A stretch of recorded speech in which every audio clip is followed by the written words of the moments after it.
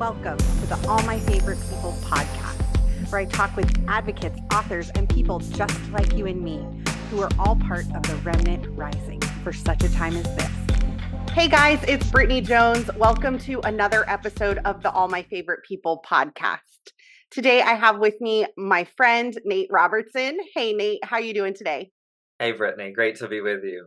I'm so glad you're here. We are ramping up towards election season, as I'm sure you know. You've seen it everywhere you look. I mean, it bombards us day in and day out. But one of the things that I think gets lost in the shuffle is this Amendment 4 that's happening here in Florida. We hear a lot about, national politics. We're hearing a lot about local politics. But what about these amendments? A lot of times people don't do their research. They don't really know what they are or what they entail or how they'll truly impact our state. And so Nate is with Sidewalk Advocates for Life. He's actually one of the board members there. You may recognize him from a previous episode. Nate ran for office here locally as well. But I have him on today sharing a little bit about Sidewalk Advocates for Life. But what we're really going to do is dive super deep into Amendment 4, whether you're on the right or left to just listen to hear us out. We're going to do a deep dive and you're going to learn more about this amendment and what it truly says and what it truly means. So before we do that, Nate, why don't you share a little bit about yourself and Sidewalk Advocates for Life, and then we'll jump into this conversation. Yeah, absolutely. Thanks, Brittany. And what a powerful conversation this is, and so necessary for us to have right here just about a month before the election. Again, I am Nate Robertson. I serve as a board member for Sidewalk Advocates for Life. I'm also a former vice president for them. And Sidewalk Advocates for Life is the nation's largest sidewalk outreach organization. Well, what does that mean? So what that means is that we train, equip, and support volunteers just like you to be on sidewalks of America's abortion and abortion referral facilities, to have conversations, not to condemn people, not to have large graphic signs, not to yell at anybody, but to have conversations, making sure that women and men are fully informed about what is going to happen inside of an abortion facility, and make sure that they understand that there are so many other options and that there is help for whatever crisis they are facing, and that they don't have to follow through with their abortion appointment. In a little over 10 years, Sidewalk Advocates for Life has seen almost 23,000 babies saved and moms served that we know about. So those are the ones that we had conversations with those mothers and fathers, and we knew that they had made a decision to go to a local pregnancy center to seek out help for their pregnancy instead of keeping their abortion appointment. But what we don't know is the thousands that changed their mind without talking to anybody. We know that there are many women who change their mind just because they see someone praying peacefully outside of an abortion facility. So Sidewalk Advocates for Life has been really blessed to be a part of changing culture by having one-on-one conversations. And many times I have said, our founder, Lauren Musica, has said, and many others, that abortion only truly ends when it ends in the hearts and minds of men and women, around us, our neighbors, our friends, our family members. And that in those moments when a mind is changed, when a heart is changed, that is when we used to say that Roe v. Wade ends in that moment, because for that woman, it changes. And now I would say that even in a post-Roe world, abortion is still very prevalent. Abortion is still very available. And in those moments that you have those conversations, that's truly where abortion ends. So Sidewalk Advocates for Life is really blessed to be a part of, changing culture, one community, one person at a time. And we also have seen over 50 abortion facilities shut down and about 100 abortion workers leave the industry after talking with a sidewalk advocate. So, Sidewalk Advocates' place is really important. And it also is really important in talking about what these ballot initiatives mean and how are we empowering people to vote pro-life first in every situation and every conversation. So thanks, Brittany. Yeah, thank you for sharing that. I love the mission and what you guys are doing, especially from the very compassionate standpoint. I think a lot of times, especially people on the more pro-choice side, they tend to see us out there, on sidewalks, and there's a negative connotation to that. And so I love that it's very personable and it's very relatable, and you're not condemning people. You're giving them hope, really, and another option. And I love that. For those of you that maybe haven't tuned into the podcast before and you don't know my story, I'm going to give you it in like a 10-second little blip here, but I was a single person. I found myself in a crisis pregnancy. This was like 21 years ago. I was raised in a Christian home, and so in my heart, in my soul, I knew I could never ever go through with having an abortion. But the thought crossed my mind because I was young and I was scared and wasn't sure if I would be supported in my decision. But thankfully, my family was very supportive, and I was able to have people come around me and support me. Um, and I know that that's not everyone's story, but I think it's important to tell that story because recently I think I had um, Monica on from Secular Pro Life, and she really encouraged me to keep sharing my story because one of the things she said was so many times people on the pro-choice side think that those who are experiencing emergency or unforeseen pregnancy, they tend to think that we just live these like cushy lives and like we have no frame of reference or context for these conversations.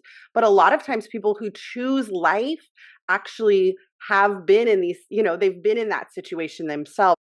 But we don't want to focus too much on that. We want to focus on this broad issue that is Amendment 4, because we realize people all over the state of Florida have different experiences. They have different values and different views along the lines of abortion. And so I think what's important is to be very, very clear and transparent about what this bill actually is and what it will create in Florida should it pass. So Nate and I were talking just before we got started, and we wanted to share a couple really good websites with you. One of them is donoharmfl.org, and that's actually going to be one that I'm looking at and reading from and sharing from today. And then another one is vote no on the number 4 and spelled out Florida.com. So that one's vote no on 4florida.com, which has some really good resources and insight, things you can share on social media as well. So I just want to put that out here at the top of the time together so that you guys can maybe be following along or just doing some of your own research as well. Nate, I'm going to jump in and just read what this ballot summary says, and then we're going to pick it apart. Does that sound good? Sounds good. Let's do it. All right. So I'm on donoharmflorida.org, and there's a ballot summary here. It reads, and this is exactly what you will see on your ballot on November 5th. The ballot summary reads, no law shall prohibit, penalize, delay, or restrict abortion before viability or when necessary to protect the patient's health, as determined by the patient's healthcare provider. This amendment does not change the legislature's constitutional authority to require notification to a parent or guardian before a minor has an abortion. So, sounds pretty straightforward, but there are a lot of very ambiguous terms used within this ballot summary. Nate, the very first one is actually the first 2 words of the summary, which says no law. And this actually repeals all common sense laws enacted by our duly elected state representatives. Let's talk a little bit about what's being called the abortion ban, which I believe right now in Florida, we have a 6-week abortion. I don't even want to use the word ban. What's the best word to use there? Yeah, I think the best thing to call the 6-week law is that it is a law that protects life at 6 weeks of gestation. So it's not a ban. I don't like using the word ban, but it is adding protection to life in the womb. And it does add protection to life in the womb at the 6-week gestation time frame. But one of the things that the left, the pro-abortion lobby, does not want you to know is that 6-week law has a lot of exceptions in it. It already has exceptions for different situations up to the 15 weeks, and it always protects the life of a mother. And so I think that one of the things they're trying to do in pushing this very, very extreme amendment is that they're trying to say that the abortion is restricted at 6 weeks in Florida. Well, yes, it is restricted at 6 weeks in Florida, but it is not banned at the 6-week mark.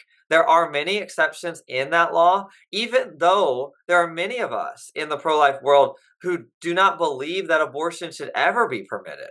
There are exceptions already in the 6-week law that allows for abortion to take place past 6 weeks due to medical conditions, due to rape and incest, as long as there's a police report where we can hold the rapist accountable, and two other conditions where the mother's life might be at risk, which we know is very, very minuscule, but those protections are in that law.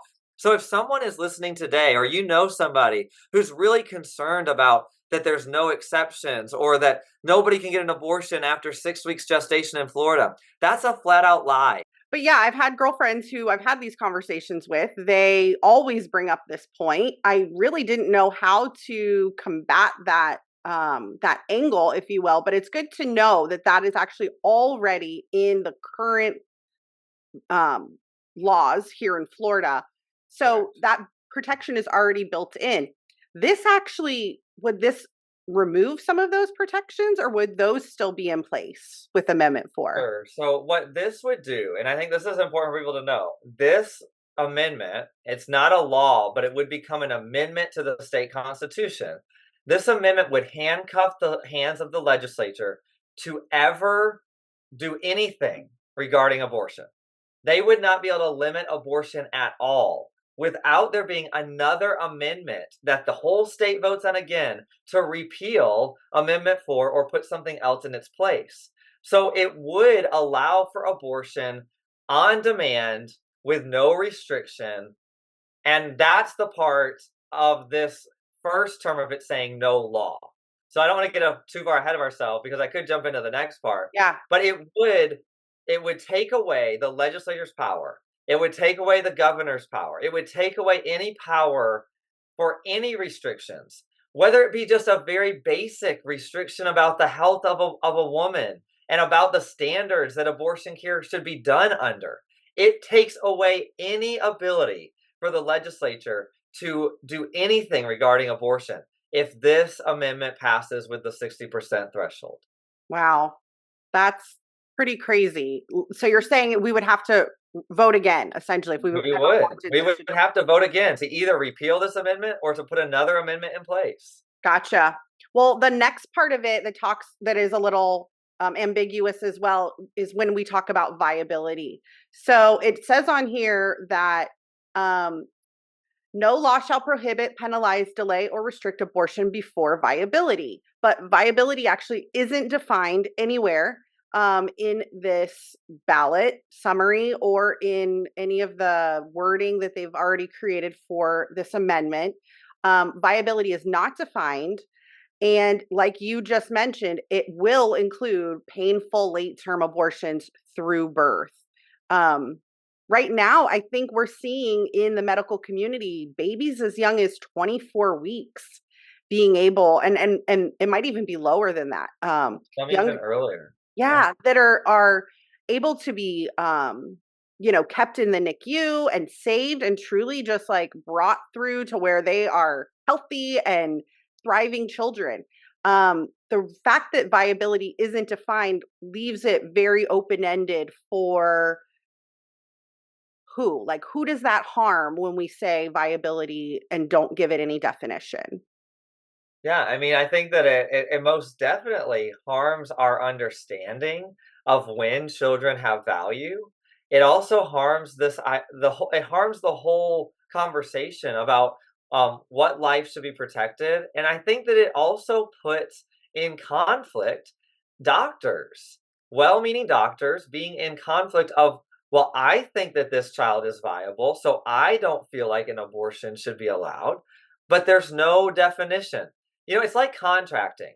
If something is not defined in a contract, it becomes very ambiguous. And then you have parties fighting over, well, this meant that. No, it meant this. So when we don't have something defined, a term or otherwise, then we leave it to everybody to just decide what they think is best. And the reality is, like you mentioned, viability keeps changing. At one point, decades ago, people did not believe that babies could survive outside the womb as early as they can today. But it seems like every year medical technology improves And we see babies surviving earlier and earlier. I happen to know someone who's a friend of my son who was born at 25 weeks and is a thriving 16-year-old today. I know of other children who were born even before 25 weeks, at 21 and 20 weeks, and have survived outside the womb. So who is to decide what viability is? And beyond that reality, we know that children in the womb can feel pain at least as early as 15 weeks. Some have said even earlier than that. So we're not just eliminating any protection. We're not just eliminating when those protections would go into effect, but we are potentially subjecting our smallest, most innocent human beings here in Florida to painful death in the womb by saying, oh, we'll just allow abortion until viability, whatever that means. And honestly, this is one of the things that got the Roe versus Wade decision in trouble early on, too, is that Roe had a very ambiguous idea of viability as well. It was stating that abortion could happen through the first 6 months of pregnancy, and then it even allowed for certain ways that abortion could happen between 6 and 9 months. So the idea of putting the term viability in any legislation or any amendment is very ambiguous, and it's too extreme. It's too extreme for Florida, and it's too extreme for America. Yeah. And so why do you think they use that term? I mean, I I would assume it's because the average person reading that would read the word viability and think, "Oh, well, if the baby isn't viable, then it's okay," right? Versus Exactly. I think most people would say, "Gosh, if there's a way to save the baby and this be, he's able to grow up and live a full life, then that would be the preferred outcome," right? But in their minds, as they're reading this, oh, well, if the baby's not viable, then the baby's not viable. And it becomes a sticking point, I think, for somebody who isn't really understanding why they use an ambiguous word like this. Absolutely. I think that that's such a great point. The word viability to many means that the person could not live or the person is incompatible with life. They're not viable. But that is really to me a way to trick people into even thinking that this amendment might mean children in the womb who have been deemed unable to survive outside of the womb. And that is not what this amendment language means at all. And I would say that even those children who are deemed incompatible with life deserve the ability to grow and develop in their mother's womb as long as they can, and then have appropriate medical care once they are born. But it is making it even more confusing to people thinking, oh, well, they're just talking about a baby who couldn't live. That's not what they're saying. And we've heard countless stories. I mean, Tim Tebow's the one that comes to mind, Sure. right away. But we've heard countless stories of people who have shared that, a doctor along the way told their mother that they were not viable, that there was going to be some sort of lifelong ailment or some sort of just something that's going to keep them from living their life to the fullest. And the mother was given the option to abort at that time. And we hear these countless stories of the mom choosing life and choosing to have their baby anyway. And sometimes, yes, their child has Down syndrome or some other birth defect, if you will, that Yeah. makes it challenging. But you also hear these stories of a perfectly healthy baby coming out, right? And Right. this child just being totally normal and thriving healthily. And so I do think the word is being used on purpose to confuse people for sure. And I think viability, to your point about doctors too, you may have one doctor that says this baby isn't viable and is happy to push an abortion option for that parent. And you may have other doctors who morally don't feel that that's appropriate to bring to their patient as an Mhm. option.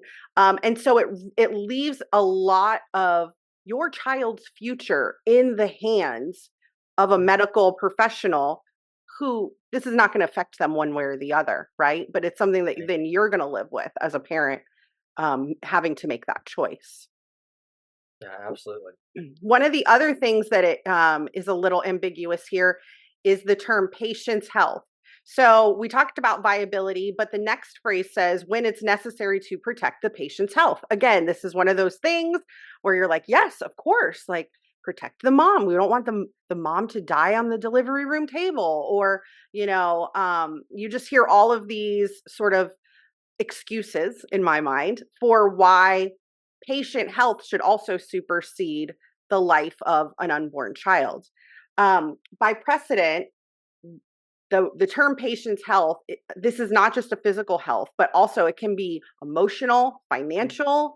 It creates no limits on abortion.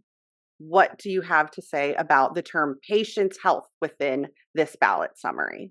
Yeah, so I think there's multiple things that are a problem here. The first thing is, I believe that using the term patient instead of mother is a nod to the transgender community. So we should acknowledge that there's already something weird here. Why not say mother's health? I did But not the even reality, consider that for a second, but that is a good point. Yes. yeah, so it's another Huh. thing that is just here that's odd, right? The only people who can be pregnant are women, females, biological females. And so the only people who this is referring to is not patients, it's referring to mothers, it's referring to women. Okay? But the next problem we have here is that health is not defined. Again, we have another ambiguous term. Health. Health can mean all kinds of things. Health can mean mental health. Health can mean emotional health, financial health. It could mean anything. It could mean relational health. I mean, you even explained your situation with your firstborn child where you had relational issues, right? You were finding yourself in a situation that was not what you had deemed as something you would have wanted for your life, but you were there. And is that now going to be covered in this amendment? That if someone says, oh, well, my relationship health isn't good, that's my health, I don't want to be pregnant any longer. The terms are too ambiguous, they're too extreme. Emotional health is real. Many women struggle with emotional health during pregnancy. Is that emotional health that they're dealing with during pregnancy deemed that their child should lose their life? There Mm. are many conditions that happen during pregnancy, even that have prompted women to seek abortions. One of them is HG. It's extreme morning sickness, and it can really cause a woman to consider ending the pregnancy because she's so sick. And that's a physical condition. But there's great treatments available now that women can have to make sure that they can sustain their pregnancy and that they can continue on without having to consider ending the life of their child. So again, we see in this term patient's health, this very ambiguous language, this there not being a definition, the reality that some could say, well, I don't have enough money to have this child. My financial health isn't good. So I need an abortion because of my financial situation. These are concerning terms. And this, again, is why this amendment is too extreme for Florida. Okay, let's talk about financial health for 1 second, because Yeah. that is a big one, I think, for Yeah. women who find themselves in a crisis pregnancy. Absolutely. I mean, I don't know the actual statistics, but I would say 9 out of 10, you're not prepared. You're not at a point in your Right. life where you're prepared to take on another little person, right? Um, Sure. so that would be a really easy um Right. excuse. Again, I'm going to use that word um for women to use to justify an abortion. And we see that all over the country in places where there are, less stringent with their abortion rules and laws. You see women often use that as a reason why they can't continue with their pregnancy.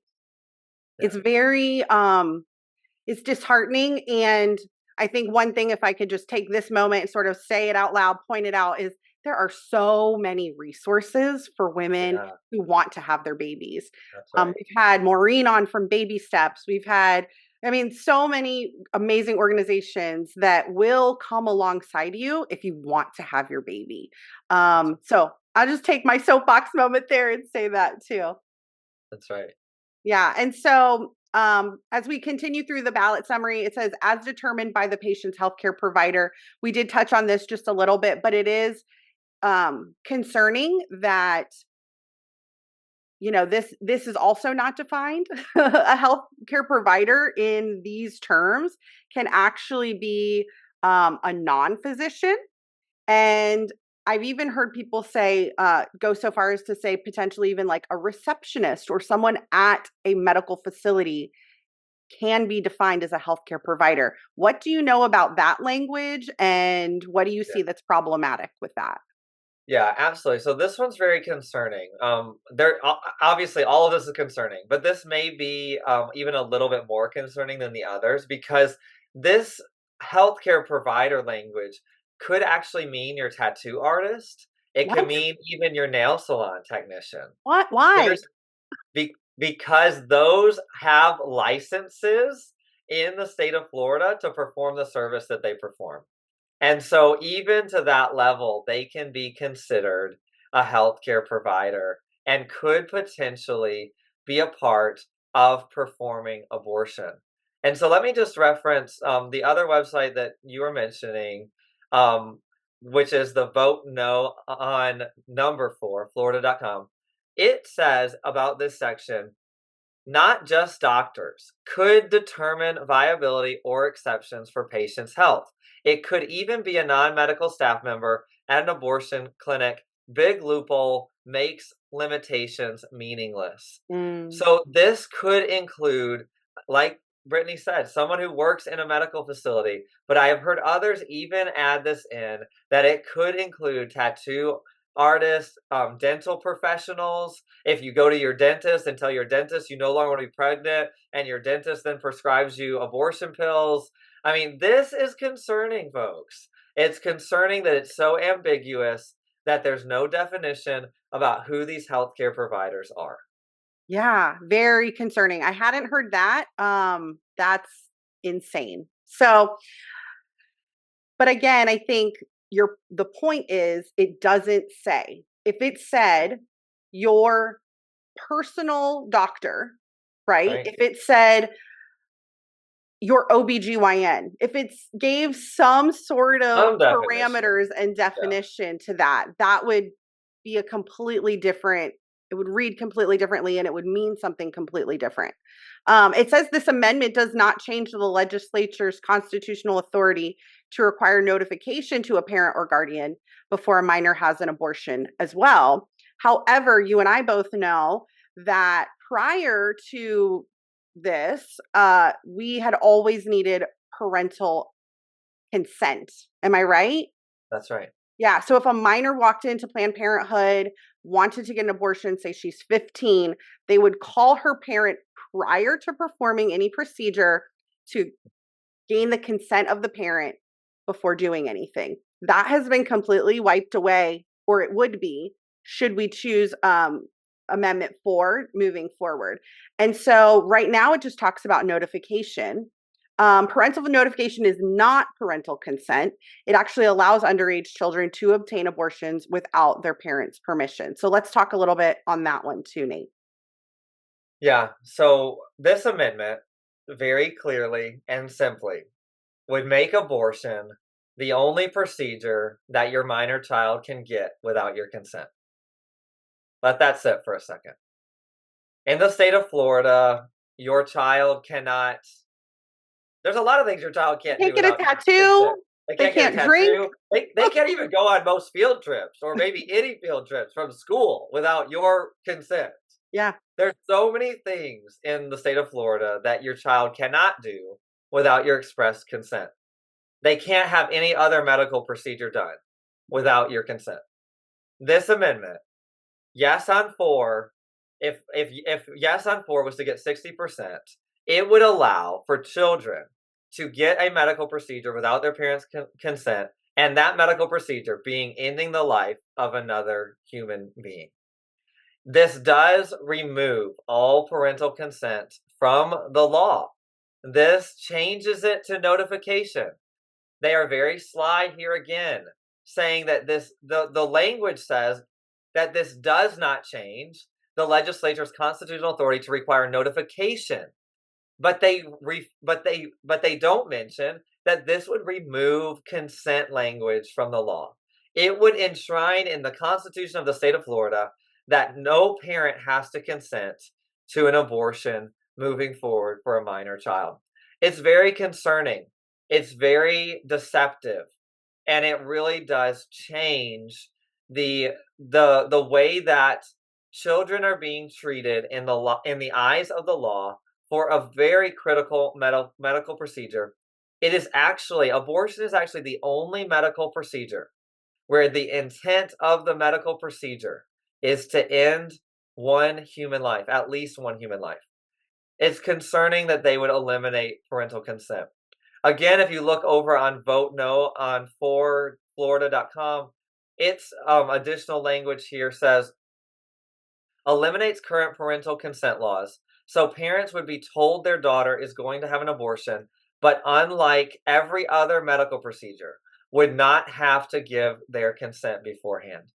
Parents would lose their power to provide consent for a minor child to get a medical procedure. We know that there have been girls, very tragically, as young as 9 who have been pregnant. Do you want, if there was to be a tragedy and your minor child was to be involved in some situation where she was now pregnant, do you want there to be no ability for you to consent? Now, I say all of this in reminding you what I talked about earlier, that the current 6-week law in Florida has exceptions for rape, incest, life of the mother, and other medical conditions at least through 15 weeks. And that law may have some provisions even further than that. But at least until 15 weeks, there are provisions in that law that if a rape has occurred, if incest has occurred, if there is a police report and there is legal efforts to hold the perpetrator accountable, that an abortion would still be an option. Now, do I believe that abortion should be an option? I struggle with that because I don't think we should do another harm to try and solve one harm. But that's a different conversation. Right now, this amendment would take away parental consent. So the parents would no longer be involved in that very tragic situation and a decision to abort in those situations. This is too extreme, it's too ambiguous, and it's very, very harmful to our rights as parents. You know, Brittany, you and I have talked about parental rights. We've talked about medical rights. We've talked about medical freedom. This takes away the parental rights to be involved in this very critical medical decision about having an abortion. Yes. And I think one of the things that has been mentioned as I've been learning about this too is that the parental notification doesn't even need to come prior to the procedure. It can actually come after the procedure. So your child may have already had the abortion before Planned Parenthood or whoever reaches out with an email or a voicemail or something to just let you know this has already happened. That's right. Yeah. And that's devastating, I think. Just playing devil's advocate here for 1 second. Mhm. Um, wouldn't you say that if the girl shows up at Planned Parenthood, she's 15 years old, it was a consensual act, and she's found herself pregnant, and she doesn't want her parents to know, right? Like her parents are going to say no. Yeah. So, in a way, this incentivizes the abortion facilities to create another financial opportunity for themselves Yeah. without having the uncomfortable and potential pushback from a Right. parent. It's a That's way right. um, around parental consent and really just getting to the heart of what they want, Right. which is to perform another monetarily incentivizing procedure. That's right. Um, the other thing that this made me think of is that at the end of the day, at least from what I understand and what I've seen and learned over the years, is that a law like this or an amendment like this actually, it's specifically in this part, it emboldens abusers. If you know, as somebody who is trafficking girls or serial rapist. I mean, this is like the worst of the worst, right? But that person knows they can walk that 13-year-old girl into Planned Parenthood, get her an abortion. We don't need to call mom and dad. This is all hush hush. And in my mind, all I see is the worst of the worst having an opportunity to take advantage of these young girls. Yeah, absolutely. It does. It emboldens abusers. It emboldens the sex trafficking whole industry. it emboldens this idea, like you mentioned, of Planned Parenthood and the abortion industry making more money off of really manipulating young girls into, you don't need to tell your parents, we can just take care of this right now. It'll only cost you, this amount of money. So it incentivizes the entire destruction of the family unit. It incentivizes the destruction of life in so many ways, and so much in even this younger children population. Yeah. It's really helpful. Will you read for us too the additional information that Yeah. people will see on their ballot on November 5th? Because right before we got started, Nate read me this. I hadn't heard it before, but I think it's really, really eye opening as to what this bill truly is. And ironically and surprisingly, you will see this information on your actual ballot in November. So, Nate, if you could read us that and kind of share with us a little bit about like what exactly that means after you read it, that would be so awesome. Yeah, absolutely. So this does appear on the ballot, and you can already access your sample ballot by going to your county, supervisor of elections website, and you can find your sample ballot now if you haven't seen it. All of the amendments have additional language that helps to explain them, and this is what it says under number 4, the constitutional amendment for, basically enshrining abortion in our Constitution. This is what it says, and it is a little bit lengthy, so bear with me. It says, the proposed amendment would result in significantly more abortions and fewer live births per year in Florida. The increase in abortions could be even greater if the amendment invalidates laws requiring parental consent before minors undergo abortions and those ensuring only licensed physicians perform abortions. There is also uncertainty about whether the amendment will require the state to subsidize abortions with public funds.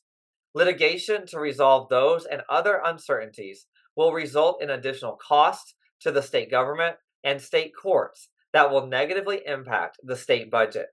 An increase in abortions may negatively affect the growth of state and local revenues over time. Because the fiscal importance of increased abortions on state and local revenues and costs cannot be estimated with precision, the total impact of the proposed amendment is indeterminate. And then in bold letters, it says this final part. The financial impact of this amendment cannot be determined due to ambiguities and uncertainties surrounding the amendment's impact. So Hmm. all of that is on the ballot, that if a voter chooses to, they have the opportunity to read. What this is specifically exposing is that we cannot know the impact to our population with this kind of an amendment. We do not know the impact financially to the state if the state was then required to pay for abortions. And we don't know what litigation will result in this amendment that would also cost the state more money in a fiscal impact. And that really, it really is honing in on the financial impacts to this amendment cannot be known because of how extreme it is. So all of you will be able to read that on your actual ballot when you vote on or before November 5th. Yes. And at first, I was like, okay, so the financial impact. But when you get to the part that talks about potentially becoming a taxpayer issue, that Mhm. is problematic through and through. I Right. know for me, morally, it grosses me out. It pisses me off, Nate, to Yeah. like to think that my taxpayer funds pay for abortions. And I don't want to be any part of that. And so, there's so much about this bill that, as a person who chose life, who knows how hard that is and did it anyway, and here I am, I've survived and my children are thriving. Um, I would rather take the hardship on the front end and, be a single mom and do the hard things and stay up the late nights and really bust your butt to make ends meet. I would rather all of that hard stuff than living with the concept of ending human life. That's right. Um, and that's for me. But I do think so many people feel, and this has been in my conversations with others, around this amendment is they want the woman to be protected. They Sure. want, I think for most of them, it comes down to I may be pro life, but I don't want to tell anyone else what to do. This Right. goes way beyond that. This becomes a thing where literally our next generation of Floridians, it even talked about statistically, what that would look like for the future of Florida, right? And our actual population. This becomes a much, much bigger issue than your personal belief of whether you think it's right or wrong. This is something that now you're putting on every Floridian to play this game and to be a part of the abortion industry, essentially. Right. That's right. And so I think that we should clearly state that the reality of this amendment is that it would allow for abortions to be happening on your friend's daughter, your niece, your maybe even some of your coworkers' children without them being asked about their consent. It eliminates consent. It is allowing non-healthcare providers to do abortions. It is handcuffing the legislature to ever limit abortion again. When we think about wanting to allow abortion to be an option for our friend's friend, maybe 3 times removed, because we just feel like it's not our right to tell someone that they can't have an abortion, we should think about what this amendment would do in removing protections, in removing parental consent, and honestly, in removing basic safeguards to make sure women are being taken care of in a safe way. When you talk about removing the limitation that a physician must be doing the abortion, this is too extreme for the people that we do know, the people that we love, the people that are around us. Even if there may be those who are concerned about women not having the right to have an abortion, remember the 6 week law has exceptions in it already that allow for different scenarios where abortions can happen past that point. And we want to make sure that we are being a part of adding amendments to our state constitution that make sense for the longevity of Florida, not that handcuff our legislature in making common sense legislation moving forward. Hmm. I honestly, I'm trying to put myself in a parent's shoes who would get an email or a voicemail from an abortion provider after the fact. How Right. devastating and how life altering that truly is. I can't imagine being, excited to be a grandma one day and you find out after the fact that your daughter has done this, I just sort of try to put myself in people's shoes and think, you know, what the damage could be essentially if we were to move forward with something like this. But again, I'm so glad that you point out that our current law that is in place does protect women. And actually, to me, this seems way scarier. The Amendment 4 seems much scarier for women because of its ambiguity. It's like anything in life, when you can define it, when you can put terms on it, when you can give it a name, there's like a comfort and there's like peace that comes with that because you can actually like name it.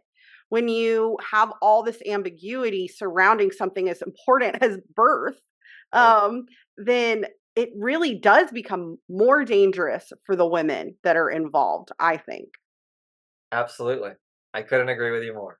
And then really quick before we wrap it up, there is also a lot of conversation around like DNCs and right? Am I getting Yeah. that right? Yeah, that's right. Um, For miscarriage care. There's yeah, been and a lot of conversation about they that. conflate a DNC, which is miscarriage care, right? Your baby is not viable. Your baby has passed away in the womb, and then the doctor comes in and removes the fetus, right? But that is not an abortion, and there's a Right. lot of conflating of those two things, and I think people think what you're saying because we've even seen this in the news recently. I don't know if you've been following. Yeah. I believe there's a girl in Georgia that just recently passed away because um, supposedly they wouldn't help her because she had had a miscarriage, but the abortion ban was keeping the doctors from helping her. That is not true. Like that is No. not how these laws work. And if you could just speak to that really quickly too, because I think There is a lot of misconceptions around that keep people from maybe voting no on something like this. Yeah, absolutely. And recently, I think just in the last few days, Students for Life of America just put out a really great short video clip that was including a hearing, I believe, in Congress where a professional was being asked, "Are there any laws in any of the states that would penalize miscarriage care or would not allow for a woman receiving the health care that she needs in the midst of maybe an abortion that's going wrong or a miscarriage or an ectopic pregnancy?" And the answer is no, no, no. There are no laws across the state of Florida or across the US that would stop a woman from getting adequate care when it comes to miscarriage, when it comes to ectopic pregnancy, when it comes to other situations that might be happening, even if she has begun an abortion by chemical means or others, and there is some complication, which happens a lot of the time. Those women should be getting top-notch medical care in every situation. The idea that these laws would eliminate miscarriage care or help for an ectopic pregnancy or otherwise is simply not true. And it is another way for the abortion lobby to try and make people vote yes on amendments like this because they're afraid of the possibility of medical care being withheld from a woman in need. That's just not true, and it is a continued lie. Ectopic pregnancy is something where the disease tube must be removed, or the mother could lose her life.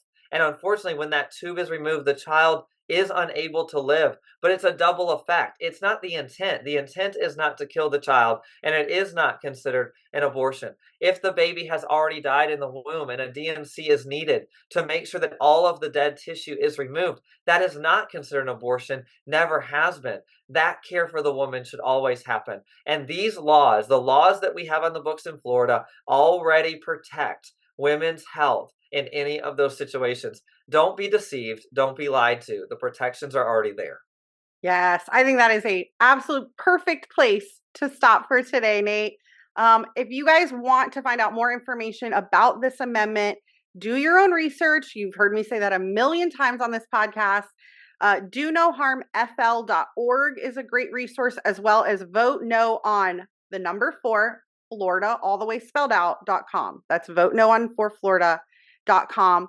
As Nate mentioned a couple times, the election is November 5th, but you keep mentioning early voting. Do Republicans do that? Do we do that? We do that, and we need to be aware that early voting starts, I believe it's 3 weeks before, it's at least 2 weeks before. I can't remember the date offhand. And because it is important to lock in your vote. Many people, especially Republicans, love to vote on election day, but what if something comes up and you can't get there on election day, or you just forget and then the polls close? Yeah. Unfortunately, I have been a part of elections where people just forgot to vote, or they just didn't think it was important enough. So early voting is available, as well as vote by mail. Even if we may not love those methods, they are available. So we should take advantage of them if we need them. Yeah. And actually, Willie was on here a few weeks ago, who is running for Congress here Yeah. locally, District 10. And he made a good point too and said this is going to be an historic election.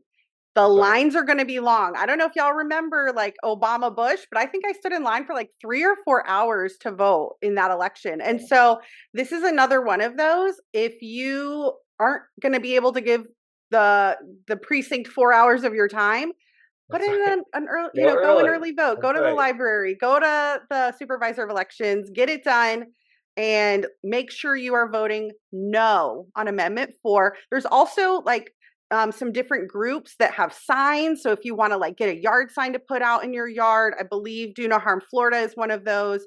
But whatever way, I've had one sign in the back of my car for months now, and so every time I'm driving around Orlando, everybody gets to see that I I'm voting love no it. on 4. But you can get those resources. We have about a month before the elections, guys, and so don't wait till the last minute. Don't wait till the night before to do your research. Start now looking into these things and to the people that are running locally that share your values, and that will create a Florida or wherever you are, that you are happy and proud to be a part of. So thanks, Nate, for your time. I really appreciate you, my friend, and always such good wisdom, especially on this topic. You guys check out Sidewalk Advocates for Life as well, especially if this conversation has tugged at your heartstrings and this is a topic that you are passionate about, you can definitely get involved with them as well. So Thanks so thanks, much, Nate. Brittany. Have a great All right, day. guys, have a good one. See you on the next one.